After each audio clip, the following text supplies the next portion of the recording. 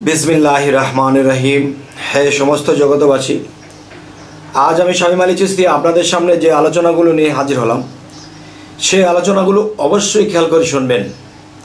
आजकेर आलोचनाटी होबे जे एकजन मानुषेर तीनजन गुरु, एकजन मानुषेर तीनजन गुरु यदि ना थाके ताहले तार जीवने ओरकम शिक्षा, ओरकम चला, ओरकम ज्ञानी তিনি কখনোই হতে পারবে না, ওরকম প্রেমিক তিনি হতে পারবে না। এর মধ্যে যারা আমার এই আলোচনাটি শুনছেন অবশ্যই খিতখিত করছেন যে এটা কেমন কথা, মূলত গুরু তো একজনই, তিনজন কেন বলা হলো? সেই বিষয়টি হলো, দেখুন, প্রথমত বিষয় হলো আপনি যখন জন্ম নিয়েছেন আপনার মাতা, আপনার মা আপনাকে কোলে-পিঠে বড় করলো এবং সে খাইয়ে দিচ্ছে, সে কিভাবে বলে, কিভাবে চলে, কিভাবে কথা বলে, সমস্ত কিছু ধরন আপনি শিখছেন। সে প্রথম গুরুটাই হলো আপনার মা, এবং তার চলা, কথা বলা, তার চরিত্র, বিভিন্ন বিষয়গুলো আপনি দেখতে দেখতে অভ্যস্ত, সে মায়ের ভাষা পর্যন্ত শিখেছেন। এমন করতে করতে এমনই একটি পর্যায়ে চলে গেল, প্রথম গুরুই মা। এবার আসি আরও একটি বিষয়, যে মানুষ কিন্তু যখন আস্তে আস্তে সাবলক হয়, বুঝতে শিখে, হাদিস কোরআনের দিকে যখন মানুষ লক্ষ্য করে এবং দুনিয়ার অনেক কিছু দিকে যখন লক্ষ্য করে, নবী রাসূল পয়গম্বরদের দিকে লক্ষ্য করে, অলি আউলিয়ার দিকে লক্ষ্য করে, তখন কিন্তু তার মধ্যে আরও একটা জ্ঞান আসে। সেই জ্ঞানটা কি? সেই জ্ঞানটা হলো যে একজন মানুষ মুরিদ হইতে হবে, একজন মুর্শিদের প্রয়োজন।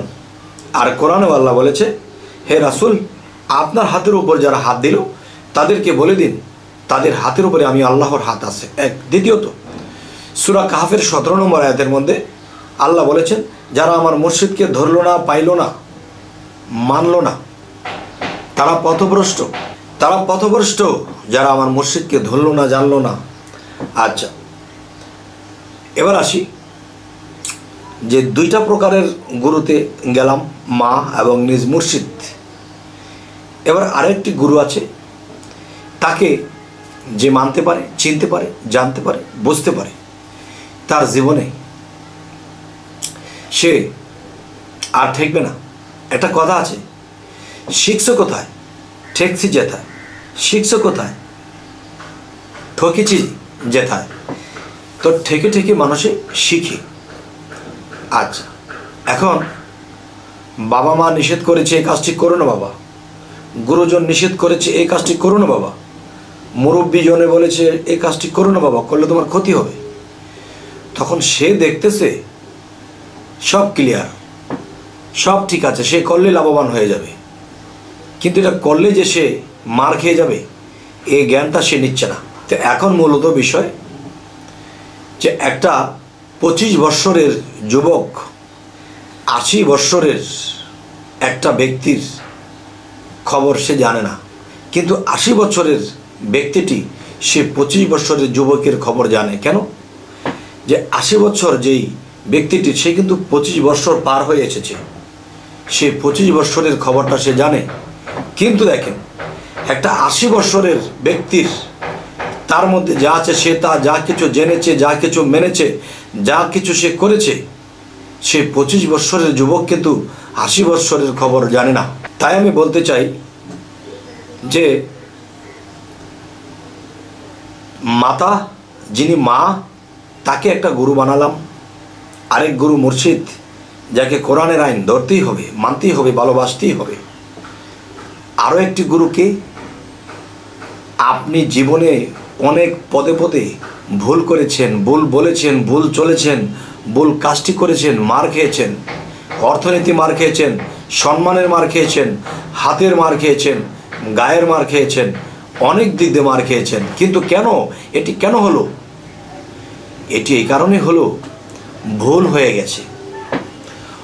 আমার বয়োজ্যেষ্ঠ যারা আছে, আপন ব্যক্তি, তারাও নিষেধ করেছে, আমি করিনি, আমার জ্ঞানে ধরেছে এটাই সঠিক, কিন্তু সেটি করতে গিয়ে আমি মার খেয়ে গেছি। তাহলে বোঝা গেল কি? তাহলে বোঝা গেল আমি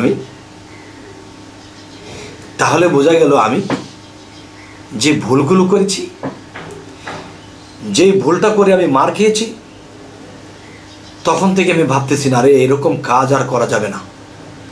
আরও একটা ভুল করেছি, লক্ষ টাকা মার খেয়ে গেছি, অসম্মান হয়েছে। অসম্মান হওয়ার পরে ভাবতেছি যে না রে, এই ভুল কাজটা করেছি, এরকম কাজ আর করা যাবে না। তাহলে মানুষ যখন ভুল করে তখন সেই মানুষটি তওবা করে এবং মনে রাখে এই কাজটি করা যাবে না, এই কাজটি করলে আমার মানিজ্য যাবে, আমার অর্থনীতি নষ্ট হবে, সম্মান যাবে। তাহলে এই যে ভুল করেছে না, মনে রাখবেন এই ভুল আপনার একজন গুরু। এই ভুল যদি আপনি না করতেন তাহলে আপনি শিখতে পারতেন না। তাহলে ভুল করেছেন বিলেই আপনি জ্ঞানী হয়েছেন, সতর্ক হয়েছেন, এই ভুল করা যাবে না। তাহলে ভুল আপনার জীবনের একটা গুরু। আমার কথাগুলো কি আপনাদের খারাপ লাগছে?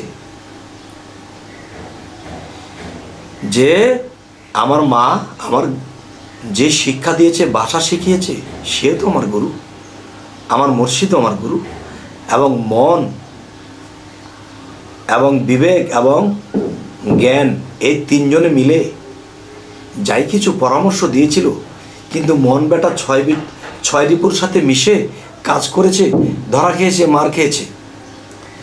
আর যখন নাকি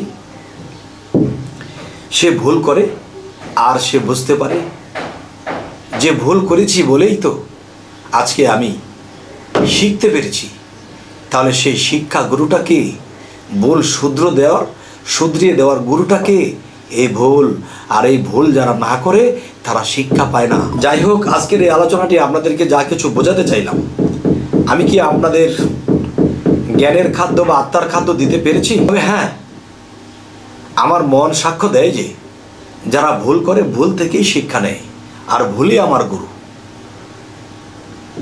যাই হোক, এই সমস্ত জগতবাসী, আমাদের এই চ্যানেলের আলোচনা যদি আপনাদের ভালো লাগে তো অবশ্যই সাবস্ক্রাইব করে নেবেন, পরবর্তীতে যেন ভালো আলোচনা এনে দিতে পারি। তো সকলেই ভালো থাকবেন। আল্লাহ হাফিজ।